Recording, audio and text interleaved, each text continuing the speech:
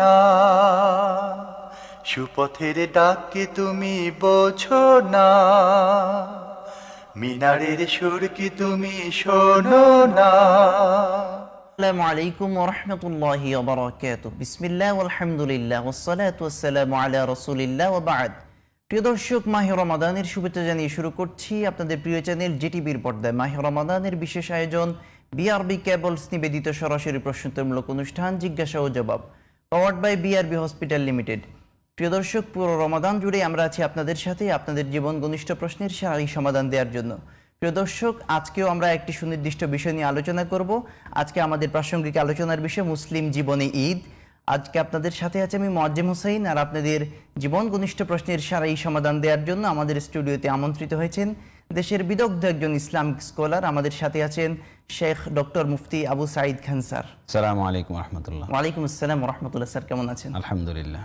প্রিয় দর্শক, আপনারা এই অনুষ্ঠানে অংশগ্রহণ করতে পারেন। অংশগ্রহণ করার জন্য আমাদের টিভি স্ক্রিনে দেওয়া নাম্বারে কল করুন এবং আপনাদের জীবন ঘনিষ্ঠ প্রশ্নের সারাই সমাধান জানুন।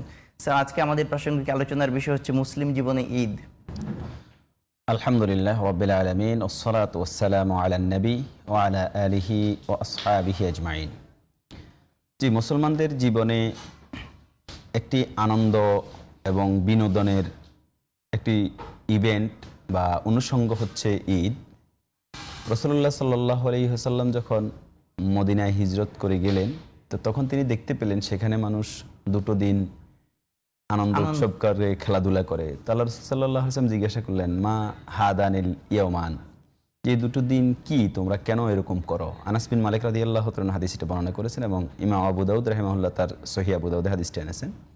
তখন রাসূলুল্লাহ সাল্লাল্লাহু আলাইহি ওয়াসাল্লামকে তারা জবাব দিল যে কুন্না নালাবু ফিল জাহিলিয়া, এই দুটো দিনে আমরা জাহিলি যুগে খেলাধুলা করি, আনন্দ করি, আমাদের এটা আঞ্চলিক আমরা কালচার। এই আলোচনায় ফিরবো, আমাদের একজন দর্শক অপেক্ষা করছেন। আসসালামু আলাইকুম ওয়া রাহমাতুল্লাহি ওয়া বারাকাতুহু। জি দর্শক, আপনার পরিচয় দিয়ে প্রশ্ন করুন। ওয়ালাইকুম আসসালাম ওয়া রাহমাতুল্লাহ। আমার দুটি প্রশ্ন। জি প্রথম প্রশ্নটি হচ্ছে, সারা বিশ্বে একই দিনই ঈদ উদযাপনের ব্যাপারে ওআইসির একটি ফতোয়া রয়েছে। জি তো এক্ষেত্রে আমরা দেখি যে আমাদের দেশে সৌদি আরবের সাথে একই দিনে ঈদ হয় না, কিন্তু কিছু সংখ্যক লোক দেখা যায় সৌদি আরবের সাথে রোজা রাখে, আবার ঈদও তাদের সাথে করে। জি এক্ষেত্রে শরিয়া কি বলে? আবার যেহেতু এখান দিয়ে ওআইসিরও ফতোয়া রয়েছে, এ সম্পর্কে আমরা জানতে আচ্ছা, চাই। আচ্ছা, আরেকটি জি। প্রশ্ন হচ্ছে, আমাদের দেশে আগে দেখা যেত যে দুই তিনটা সমাজ বা একটি সমাজ মিলে একটি ঈদগাহ ছিল, কিন্তু এখন দেখা যায় যে মসজিদে মসজিদে ঈদের নামাজ হয়। এটা আসলে শরিয়া সম্মত কিনা, এ সম্পর্কে জানতে। আচ্ছা আচ্ছা আচ্ছা স্যার, আমাদের দর্শকের প্রশ্ন ছিল যে ওআইসির ফতোয়া সারা বিশ্বে একই দিন ঈদ, আর এখন দেখা যায় যে আমাদের দেশেও কিছু মানুষ সৌদি আরবের সাথে মিল রেখে সিয়াম পালন করে শুরু করে এবং ঈদ পালন করে। তো বিষয়টা আসলে কোন দৃষ্টিভঙ্গিতে আপনি দেখবেন? দেখুন, ঈদ একটা আনন্দ জি এবং ইসলামী শরিয়ার একটা গুরুত্বপূর্ণ দিক, যেটা ঈদ হচ্ছে দুটো, একটা ঈদ উল ফিতর এবং ঈদ উল আজহা। এটা কিভাবে পালন করতে হবে, কখন পালন করতে হবে, এর সব বিধিবিধান ইসলামে দেয়া আছে। যেহেতু ইসলামের বিধিবিধানগুলো পূর্ণাঙ্গভাবে রাসূলুল্লাহ সাল্লাল্লাহু আলাইহি ওয়াসাল্লামের সুন্নাহ, সাহাবায়ে কেরামের আমল দ্বারা প্রমাণিত।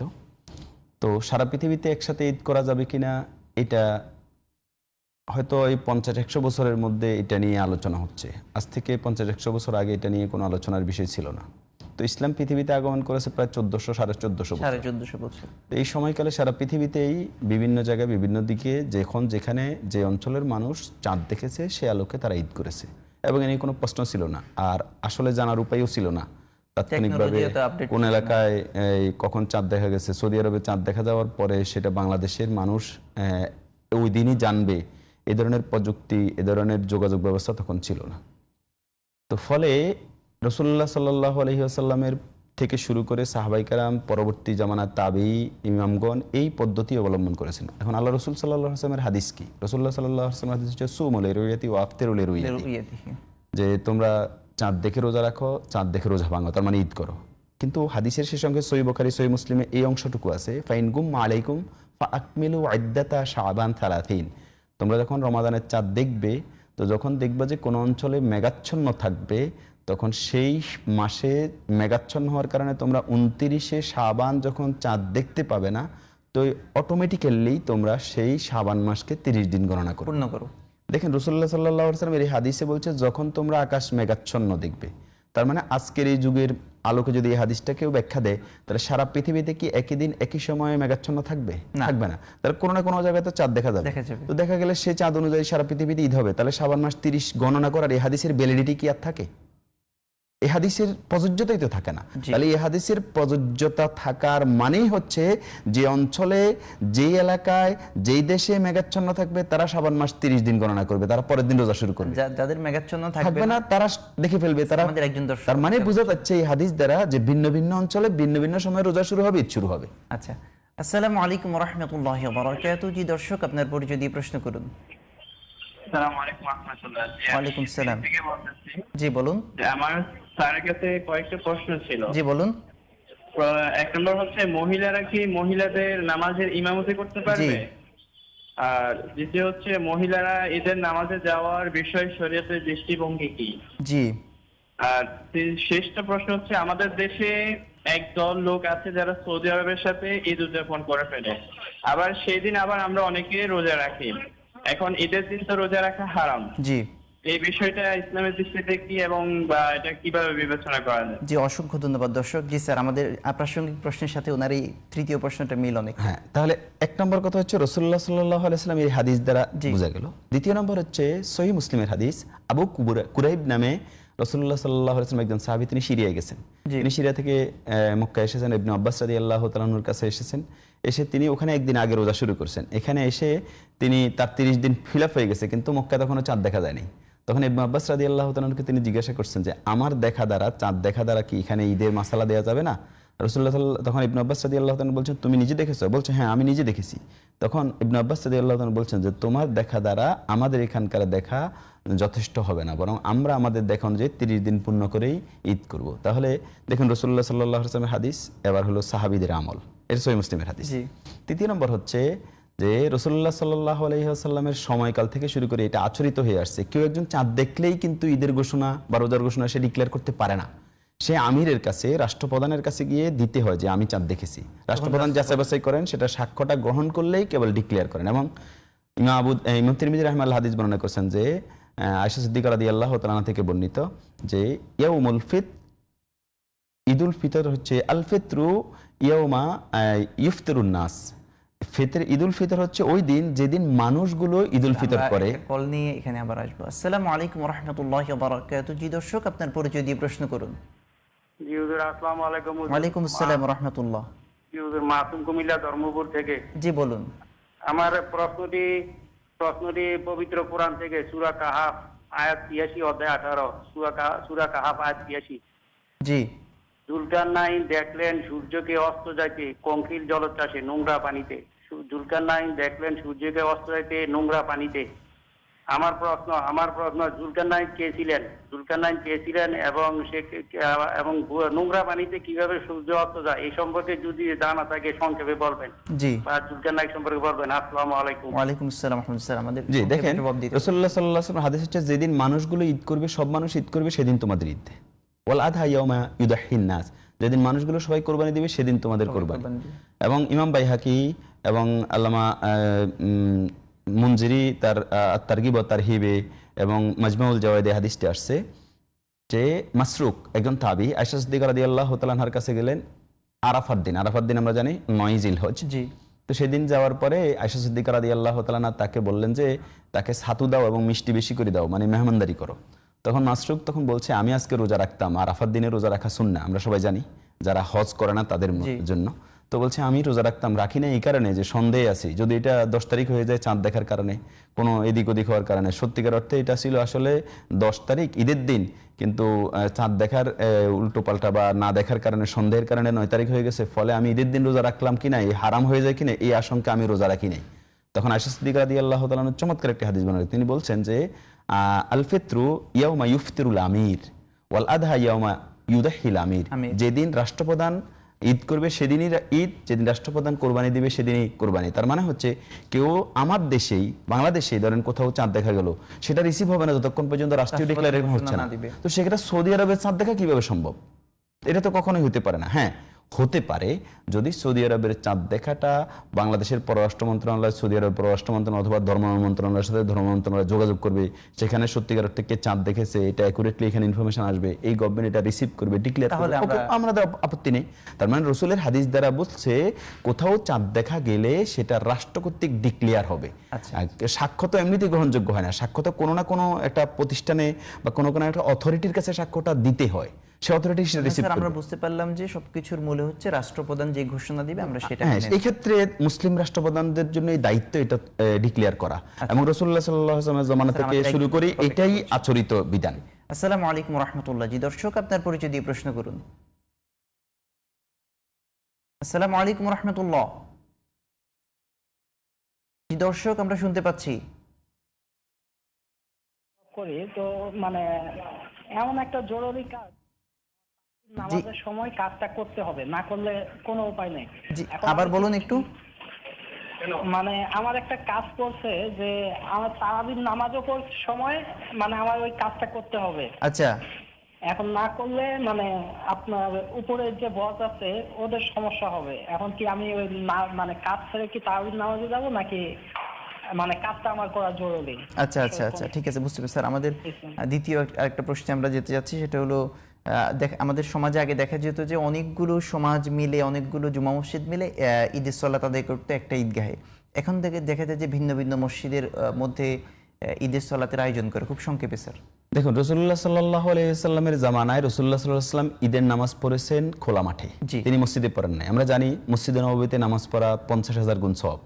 তাহলে এত সওয়াব মসজিদে নববীতে নামাজ পড়ার স্পেশাল ফজিলত থাকা সত্ত্বেও রাসূলুল্লাহ সাল্লাল্লাহু আলাইহি ওয়াসাল্লাম ঈদের নামাজ কিন্তু বাইরে পড়েছেন, এবং সেটা মদিনায় একটা জামাত হতো। মদিনায় আরো অনেকগুলো মসজিদ ছিল যেগুলোতে জুমার নামাজ হতো, কিন্তু সেই জুমার নামাজ যে মসজিদগুলোতে জামাত হতো সেখানে রাসূলুল্লাহ সাল্লাল্লাহু আলাইহি ওয়াসাল্লাম ঈদের জামাত করেননি। এর দ্বারা বোঝা যায় যে সাধারণত একটা শহরে একটা বা বিশাল লোকালয়ে একটা ঈদের জামাত হবে, এটাই হলো রাসূলুল্লাহ সাল্লাল্লাহু আলাইহি ওয়াসাল্লামের সুন্নাহ। এবং রাসূলুল্লাহ সাল্লাল্লাহু আলাইহি ওয়াসাল্লাম থেকে ওই সময়কালে বৃষ্টির কারণে কোনো একটা বর্ণনা আসছে যে তিনি মসজিদে একবার নামাজ পড়েছেন, এছাড়া তিনি মসজিদে পড়েন না। এই জন্য মসজিদগুলোতে, শহরের সব মসজিদে নামাজ হবে কিনা এটা নিয়ে ফুকাহায়ে কেরামদের মধ্যে মতভেদ আছে। কেউ কেউ বলছে নামাজ হয়ে যাবে, এবং কেউ কেউ মাকরুহ বলেছেন আলেমদের মধ্যে। তো এই জন্য আমরা মনে করি যে এটা মসজিদগুলোতে প্রত্যেকটা মসজিদে ঈদের জামাত হওয়া, এবং ছোটখাটো সমাজেই এক জায়গায় ঈদের নামাজ, ছোট একটা জায়গাতেই ঈদের নামাজের একটা ঈদগাহ তৈরি করে সেখানে জামাত হওয়া, এটা সুন্নতের খেলাফ। এবং এটা মুসলমানদের রাসূলুল্লাহ সাল্লাল্লাহু আলাইহি ওয়াসাল্লাম থেকে শুরু করে সাহাবায়ে কেরাম, তাবি, এই ধারাবাহিক আমলের বিপরীত। বরং একটা বিরাট কমিউনিটি এক জায়গায় একত্রিত হবে, নতুন জামা কাপড় পরবে, সবার সাথে সবার দেখা হবে, আনন্দ ভাগাভাগি করবে।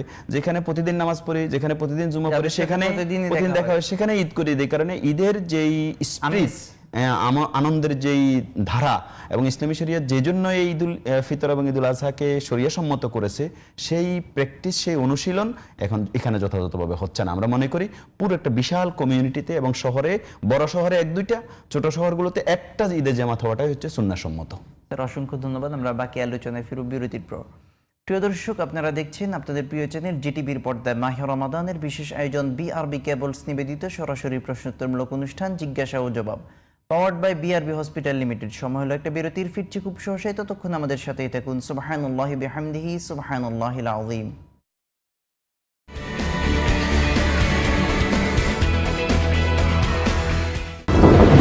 বৈরী আবহাওয়া, সাথে প্রিয়জনের অসুস্থতা, এমন কঠিন সময়ে আমরা বন্ধুর মতো পাশে আছি। সিদ্ধান্ত নেই দ্রুত। হ্যালো স্যার, পেশেন্টের অবস্থা ক্রিটিক্যাল, ওটিতে মুভ করছি।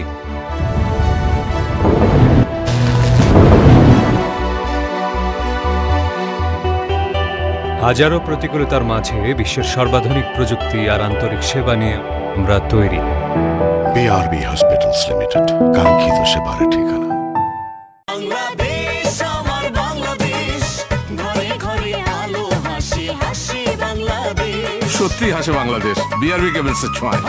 কিছে সুখে রে, যেখানে বিদ্যুৎ সেখানেই বিআরবি কেবলস। হাসে বাংলাদেশ। বিআরবি কেবলস নিরাপত্তা নিশ্চিত করে 100 ভাগ। এখন দেশ জয় করে সুখ্যাতি ছড়িয়ে পড়েছে বিদেশেও। বাংলাদেশ আমার বাংলাদেশ, আলোয় আলোয় হাসি বাংলাদেশ। বিআরবি কেবলস অন্যতম বিশ্বে বাংলাদেশের শীর্ষে। বৈরী আবহাওয়া, সাথে প্রিয়জনের অসুস্থতা, এমন কঠিন সময়ে আমরা বন্ধুর মতো পাশে আছি। সিদ্ধান্ত নেই দ্রুত। হ্যালো স্যার, পেশেন্টের অবস্থা ক্রিটিক্যাল, ওটিতে মুভ করছি।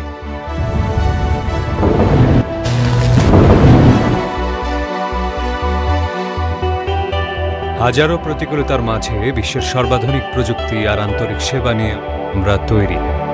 বিআরবি হসপিটালস লিমিটেড, কাঙ্ক্ষিত সেবার ঠিকানা।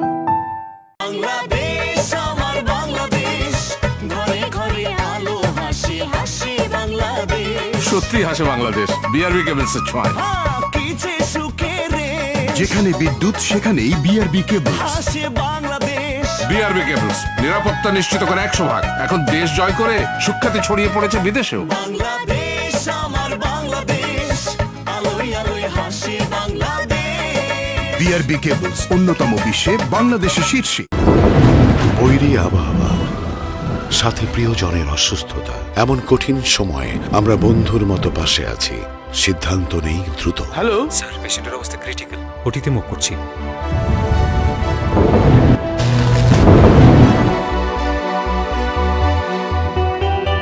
হাজারো প্রতিকূলতার মাঝে বিশ্বের সর্বাধুনিক প্রযুক্তি আর আন্তরিক সেবা নিয়ে আমরা তৈরি। বিআরবি হসপিটালস লিমিটেড, কাঙ্ক্ষিত সেবার ঠিকানা। বাংলাদেশ আমার বাংলাদেশ, ঘরে ঘরে আলো হাসি হাসি বাংলাদেশ। সত্যি হাসে বাংলাদেশ বিআরবি কেবলসের ছোঁয়ায়। কিছে সুখে রে, যেখানে বিদ্যুৎ সেখানেই বিআরবি কেবলস। হাসে বাংলাদেশ। বিআরবি কেবলস, নিরাপত্তা নিশ্চিত করে 100 ভাগ। এখন দেশ জয় করে সুখ্যাতি ছড়িয়ে পড়েছে বিদেশেও। বাংলাদেশ আমার বাংলাদেশ, আলোয় আলোয় হাসি বাংলাদেশ। বিআরবি কেবলস অন্যতম বিশ্বে বাংলাদেশের শীর্ষে। বৈরী আবহাওয়া, সাথে প্রিয়জনের অসুস্থতা, এমন কঠিন সময়ে আমরা বন্ধুর মতো পাশে আছি। সিদ্ধান্ত নেই দ্রুত। হ্যালো স্যার, পেশেন্টের অবস্থা ক্রিটিক্যাল, ওটিতে মুভ করছি।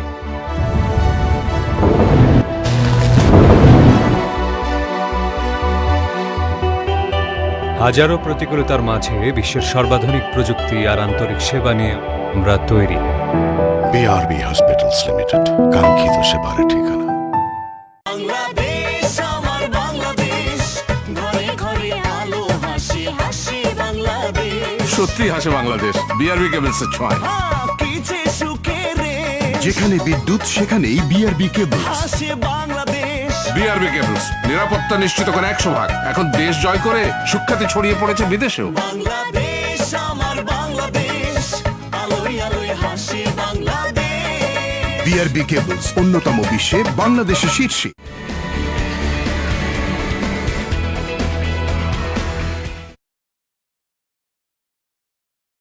বিরতির পর আবারও ফিরে এলাম আপনাদের প্রিয় চ্যানেল জিটিভির পর্দায়। মাহে রমাদানের বিশেষ আয়োজন বিআরবি কেবলস নিবেদিত সরাসরি প্রশ্নোত্তরমূলক অনুষ্ঠান জিজ্ঞাসা ও জবাব, powered by BRB hospital limited. প্রিয় দর্শক, এই অনুষ্ঠানে আপনারা অংশগ্রহণ করতে পারেন। অংশগ্রহণ করার জন্য আমাদের টিভি স্ক্রিনে দেওয়া নাম্বারে কল করুন এবং আপনাদের জীবন ঘনিষ্ঠ প্রশ্নের সেরাই সমাধান জানুন। স্যার, আমাদের বিরতির পূর্বে একজন দর্শকের প্রশ্ন ছিল, মহিলাদের নামাজের ইমামতি করতে পারবে কিনা? জি, মহিলারা মহিলাদের নামাজের ইমামতি করতে পারবে। আয়েশা সিদ্দিকা রাদিয়াল্লাহু তাআলা আনহা, উম্মু সালমা রাদিয়াল্লাহু তাআলা আনহা, অনেক প্রায় ৩-৪ জন রাসূলুল্লাহ সাল্লাল্লাহু আলাইহি ওয়াসাল্লামের মহিলা সাহাবী তার স্ত্রীদের থেকে হাদিস বর্ণিত আছে যে মহিলারা মহিলাদের ইমামতি করতে পারবেন। তবে তারা মহিলাদের ইমামতির ক্ষেত্রে সামনের কাতারে মাঝখানে দাঁড়াবেন, আগে দাঁড়াবেন না, একই কাতারে দাঁড়াবেন। ইমাম যিনি হবেন সাধারণত পুরুষদের ইমামতির ক্ষেত্রে পুরুষ আগের কাতারে দাঁড়ান, এর পেছন থেকে এক কাতারে পরে মুসল্লিরা দাঁড়ান। কিন্তু মহিলাদের ইমামতির ক্ষেত্রে মহিলা যিনি ইমাম হবেন তিনিও প্রথম কাতারের মাঝেই দাঁড়াবেন, একই কাতারে দাঁড়াবেন, তবে তিনি মাঝখানে থাকবেন, আগে দাঁড়াবেন না।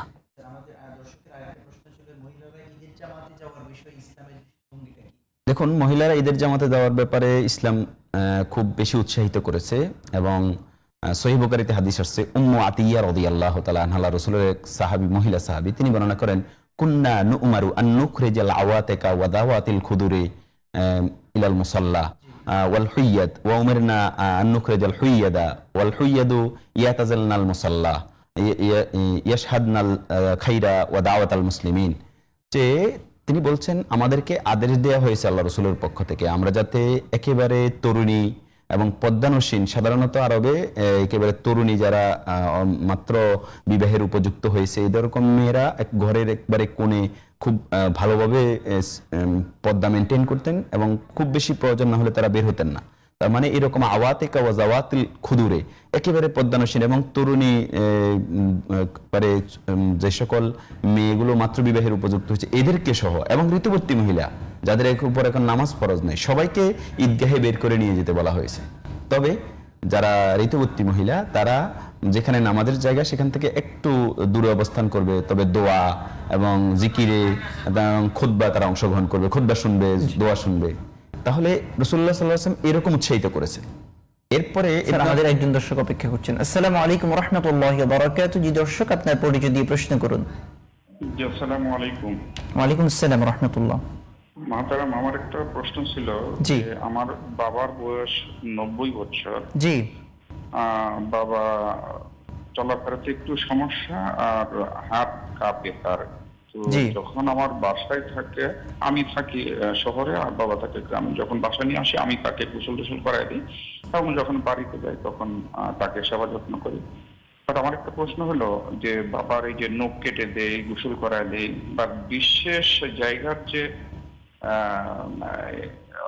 এইগুলি থাকে, লুমগুলি থাকে, সেগুলি পরিষ্কারের ব্যাপারে কি হুকুম বা কিভাবে করা যেতে পারে? আচ্ছা আচ্ছা, বুঝতে পেরেছি স্যার। আমাদের যে উত্তরে ছিলাম খুব সংক্ষেপে। ইবনে আব্বাস রাদিয়াল্লাহু তাআলা থেকে সহিহ বুখারীতে হাদিস আসছে যে আমি রাসূলুল্লাহ সাল্লাল্লাহু আলাইহি ওয়াসাল্লামের সাথে ঈদগাহে বের হলাম ঈদুল ফিতরে এবং অথবা ঈদুল আজহাতে।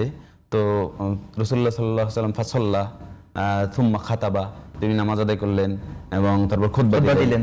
এরপর সুম্মা আতান নিসা ফাওয়াদাহুন্না ওয়া যাক্কারাহুন্না ওয়া আমারাহুন্না বিসসাদাকা, তিনি মহিলাদের জন্য আলাদা ওয়াজ করলেন এবং তাদেরকে সদকা দিতে বললেন ঈদগাহে। তার মানে মহিলারা আলাদা এক পাশে ছিল এবং সেখানে এসে রাসূলুল্লাহ সাল্লাল্লাহু আলাইহি ওয়াসাল্লাম মহিলাদের জন্য আলাদা করে খুতবা দিয়েছেন এবং তাদেরকে সদকা করতে বলছেন, তারা সদকা করেছেন। এই যে মহিলাদের রাসূলুল্লাহ সাল্লাল্লাহু আলাইহি ওয়াসাল্লামের সময় থেকে ঈদগাহে যাওয়ার ব্যাপারে উৎসাহিত করা, এটা বরং আমাদের দেশে এই ধরনের অ্যারেঞ্জমেন্ট, ঈদগাহে আলাদা মহিলাদের বসার জায়গা করা এবং ঈদগাহেতে সে ধরনের ব্যবস্থাপনা তৈরি করা, এটা সুন্নাহসম্মত এবং এটাকে উৎসাহিত করা হয়েছে এবং যেখানে নাই আমাদের উচিত হচ্ছে সেটা করতে সচেষ্ট হওয়া। আরেকজন দর্শকের প্রশ্ন ছিল যে যুলকারনাইন নিয়ে উনি প্রশ্ন করতে চেয়েছেন, যুলকারনাইনকে সংক্ষেপে একটু স্যার। জি, সূরা কাহফের মধ্যে যুলকারনাইন এই বাদশা সম্পর্কে আলোচনা করা হয়েছে। যুলকারনাইন শাব্দিক অর্থ হচ্ছে দুই শিংওয়ালা। তো দুই শিংওয়ালা কি, এটা নিয়ে মুফাসসিরগণ বহু মতভেদ করেছেন। কেউ বলছেন তার মাথার দুই পাশে এখানে চুলের গুচ্ছ ছিল, কেউ বলছে এখানে সাদা ছিল, অথবা যুলকারনাইন বলতে তার দুই পাশের ক্ষমতা বোঝানো হয়েছে, অথবা পৃথিবীর দুপান্তে তার ক্ষমতা ছিল, রাজ্য অনেক বড় ছিল, ইত্যাদি ইত্যাদি। তো অথবা এটা তার উপাধি যুলকারনাইন। তো এটা কোন বাদশাহ ছিল এটা নিয়েও যথেষ্ট মতভেদ রয়েছে। কেউ বলছে তিনি ঈসা আলাইহিস সালামের যুগে ছিলেন, কেউ বলছে এটা ইব্রাহিম আলাইহিস সালামের যুগে ছিলেন, কেউ বলছে এটা আলেকজান্ডার দি গ্রেট, কেউ বলছে অন্যান্য বাদশার নাম বলছে। ঐতিহাসিকভাবে এটাও নানা বর্ণনা রয়েছে। তবে আমরা যেটা বলবো, কোরআনে কারীম যুলকারনাইন বলে কোনো ব্যক্তিকে কোন সময়কালের এটা নির্ধারণ করেনি, অথবা তার যুলকারনাইনের বৈশিষ্ট্য বর্ণনা করেনি, বরং যুলকারনাইন বলতে যা বুঝিয়েছেন আল্লাহ তাআলা তাকে ক্ষমতা দিয়েছেন এবং তিনি ন্যায়ানুগ শাসক ছিলেন। অতএব এখানে মৌলিক হাইলাইটস যেটা সেটা হচ্ছে যে যুলকারনাইন একজন ন্যায়পরায়ণ শাসক ছিলেন। দ্বিতীয়ত হচ্ছে তিনি পূর্ব প্রান্তে গেছেন, পৃথিবীর পশ্চিম প্রান্তে গেছেন। তো পশ্চিম প্রান্তে যখন যান তো তুমি দেখতে পান যে সূর্য কাদা পানিতে ডুবে যাচ্ছে। সাধারণত এটা হলো দেখবেন আপনি আমাদের দেশে আমরা যখন বিশেষ করে এই সি বিচে যাই অর্থাৎ সমুদ্র সৈকতে যাই, তখন আমরা দেখি যে সূর্যটা আস্তে আস্তে পানিতে ডুবে যাচ্ছে। তার মানে হচ্ছে যেই প্রান্তে তিনি একেবারে পৃথিবীর পশ্চিম প্রান্তে চলে যান সেখানের পরে আর কোনো জনবসতি ছিল না। তার মানে এরপরে শুধু পানি আর পানি। তো সূর্যের আলোয় সেটা কালো দেখা যাচ্ছিল, ওই কালো পানিতে সূর্যটা ডুবে যাচ্ছিল, এটাই বোঝানো হয়েছে। আচ্ছা স্যার, একজন দর্শক অপেক্ষা করছেন। আসসালামু আলাইকুম ওয়া রাহমাতুল্লাহি ওয়া বারাকাতুহু। জি দর্শক, আপনার পরিচয় দিয়ে প্রশ্ন করুন। ওয়ালাইকুম আসসালাম হুজুর। জি বলুন। আমার একটা প্রশ্ন ছিল, ছোট্ট একটা প্রশ্ন। জি বলুন। সেটা হলো আমি ছোট্ট একটা জব করি এক জায়গায়। জি। যাই হোক, নামাজ কালাম 5 ওয়াক্ত সঠিক করতে পারি না, তবে চেষ্টা করি। আচ্ছা। কিন্তু আমি যেখানে জব করি সেখানে আমার নামাজের জায়গাটা হলো, ওখানে বিল্ডিংটা হলো 10 তলা। আচ্ছা। কিন্তু ওখানে বিভিন্ন প্রতিষ্ঠান আছে এবং সর্বসেরা উপরে আছে আবাসিক হোটেল। জি। আচ্ছা, ওই হোটেলের ছাদে আমাদের নামাজের জায়গা আছে। আচ্ছা। এখন ওখানে স্যার ওখানে তো বিভিন্ন ধরনের লোক আসে। জি, মানে আপনার নামাজটা হবে কিনা এই তো? হ্যাঁ, নামাজটা পড়া সঠিক কতদূর কি আচ্ছা হবে ঠিক আছে, এটা আমরা একটু বুঝতে আমার- পেরেছি। স্যার আমাদের আরেকজন দর্শকের প্রশ্ন, তারাবির সালাতের সময় ওনার অফিসিয়াল কাজ থাকে এবং ওনার যে উপরস্থ কর্মকর্তারা আছেন ওনারা ওই সময় কাজ বুঝে নেন, তো এক্ষেত্রে উনি যদি কাজটা ছেড়ে দেন তাহলে ওনার জামাতটা মিস হবে, তো এক্ষেত্রে নামাজটা মিস হবে, তাহলে এক্ষেত্রে উনি কি করতে পারেন খুব সংক্ষেপে? যে এক্ষেত্রে আমাদের পরামর্শ থাকবে যে উনি এশার নামাজটা জামাতে পড়বেন। জি। আর তারাবির নামাজটা জামাতে পড়ার ব্যাপারে তিনি চেষ্টা করবেন, অফিসকে ম্যানেজ করার চেষ্টা করবেন। যদি একান্তই ম্যানেজ করা সম্ভব না হয় তাহলে তিনি কাজ শেষ করে বাসায় এসে একাকী নামাজ পড়তে পারেন, অথবা যে মসজিদে একটু দেরি করে জামাত শুরু হয় সেখানে অংশগ্রহণ করতে পারেন। কারণ তারাবিহির নামাজ এটা কিয়ামুল লাইল, এটা একাকীও পড়া যায়, এটা সুন্নাহ, একাকী পড়লেও সুন্নাহ আদায় হবে, জামাতে পড়লেও সুন্নাহ আদায় হবে, কোনো অসুবিধা নেই। তিনি পড়ে নিতে পারলে কোনো অসুবিধা নেই। আর যদি একান্ত তিনি ম্যানেজ করতে পারেন, চেষ্টা করবেন ম্যানেজ করার জন্য, যেহেতু এটা খুব ফজিলতপূর্ণ, জামাতে পড়ার ব্যাপারে সচেষ্ট হবেন। স্যার আমাদের আরেকজন দর্শকের প্রশ্ন ছিল, ওনার বাবা খুবই অসুস্থ, উনি বয়োবৃদ্ধ, তো উনি বাবার পার্সোনাল কাজগুলো করে দেন, চুল কাটা, নখ কাটা, তো বাবার পার্সোনাল যেই অর্থাৎ কিছু কাজ আছে সেগুলো উনি করতে পারেন কিনা? যে মানে তাকে গোসল করিয়ে দেয়া, তিনি প্রশ্ন করেছেন, নখ কাটিয়ে দেয়া, তো বিশেষ জায়গার যে পরিষ্কার করা, তো সেই ক্ষেত্রে যদি ওনার আর কোনো উপায় না থাকে তাহলে এটা তিনি বাবা যেহেতু নিজে করতে পারেন না, এটা করতে পারবেন, অসুবিধা নেই। আচ্ছা স্যার, আমাদের সর্বশেষ দর্শকের প্রশ্ন ছিল, উনি একটা জায়গায় জব করেন, নামাজের জায়গাটা খুব উন্মুক্ত না, তো একটা জায়গায় যেখানে নামাজের জায়গা তার নিচে আবাসিক হোটেল, তো ওটার উপরে নামাজ পড়লে ওনার সালাতটা হবে কিনা? দেখেন, যেই স্থান অর্থাৎ যে ফ্লোরটাতে তিনি ছাদের উপরে যেখানে নামাজের জায়গা, ওখানে তো নামাজ আদায় করেন, তো ওটা যদি পবিত্র থাকে তাহলে উনার নামাজ হয়ে যাবে ইনশাআল্লাহ, এতে কোনো অসুবিধা নেই। বরং নিচে যদি কোনো নোংরা কোনো বিষয়ও থাকে এতে কোনো সমস্যা নেই। এমনকি কালভার্টের উপর কেউ যদি নামাজ পড়ে আর কালভার্টের নিচ দিয়ে যদি ময়লা পানি, পেশাব পায়খানাও অতিবাহিত হয়, এতে কালভার্টের উপরে নামাজ পড়লে কোনো অসুবিধা নেই। ইবনু সিরিন রাহিমাহুল্লাহ থেকে, হাসান বসরি রাহিমাহুল্লাহ থেকে সহিহ বুখারীতে ইমাম বুখারী এই ফতোয়া নকল করেছেন যে কেউ যদি কালভার্টের উপরে নামাজ পড়ে আর নিচে দিয়ে যদি পেশাব পায়খানাও প্রবাহিত হয় এতে কোনো অসুবিধা নেই, যেহেতু কালভার্টটা পবিত্র। স্যার আমাদের গতদিনের একজন দর্শকের একটা প্রশ্ন ছিল যে একজন মহিলা যদি ইফতারের 5 মিনিট আগে উনি অসুস্থ হয়ে পড়েন, তো এক্ষেত্রে ওনার রোজা সমস্যা হবে কিনা? মানে এরপরে কি তিনি রোজা ভেঙে ফেলছেন? ভেঙে ফেলেন না, মহিলাদের যে অসুস্থতা আছে সেটা যদি ওই অসুস্থতার কারণে যদি 5 মিনিট আগেও যদি হয়ে যায় তাহলে ওই রোজাটা ওনার ভেঙে যাবে, এই রোজাটা আর হবে না, তো উনি পরে কাজা আদায় করে নেবেন এই একটা রোজা। যতক্ষণ পর্যন্ত সূর্য অস্ত পর্যন্ত তিনি রোজাটা কমপ্লিট করতে পারছেন না ততক্ষণ পর্যন্ত রোজাটা কমপ্লিট হবে না। স্যার আপনাকে অসংখ্য ধন্যবাদ, আমাদেরকে অনেক সময় দিয়েছেন, আল্লাহ আপনাকে উত্তম জাযা দান করুক এবং আমাদের যে কথাগুলো বলেছেন আল্লাহ আমাদের প্রত্যেককে আমল করার তৌফিক দান করুন, জাযাকাল্লাহু খাইরান। প্রিয় দর্শক, আপনারা দেখছেন আপনাদের প্রিয় চ্যানেল জিটিভির পর্দায় মাহে রমাদানের বিশেষ আয়োজন বিআরবি কেবলস নিবেদিত সরাসরি প্রশ্নোত্তরমূলক অনুষ্ঠান জিজ্ঞাসা ও জবাব, powered by BRB hospital limited. আজকে অনুষ্ঠান শেষ করতে হচ্ছে, দেখা হবে আগামী দিন একই সময় একই টেলিভিশনের পর্দায়। ততক্ষণ আল্লাহ রাব্বুল আলামিন আমাদের প্রত্যেককে ভালো রাখুন, সুস্থ রাখুন। সুবহানাকাল্লাহুম্মা বিহামদিকা আশহাদু আল্লা ইলাহা ইল্লা আনতা আস্তাগফিরুকা ওয়া আতুবু ইলাইক। ওয়াসসালামু আলাইকুম ওয়া রাহমাতুল্লাহি ওয়া বারাকাতুহু। মিনারের সুর কি তুমি শোনো না?